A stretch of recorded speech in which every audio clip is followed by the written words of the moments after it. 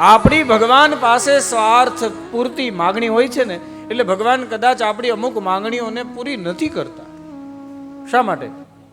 કેમ કે આપણે માગીએ છીએ ત્યારનો વર્તમાન જ આપણે જાણીએ છીએ, પણ એ વસ્તુને માગ્યા પછીનું ભવિષ્ય એ પરમાત્માને ખબર છે કે આને વસ્તુ દેવા યોગ્ય છે કે.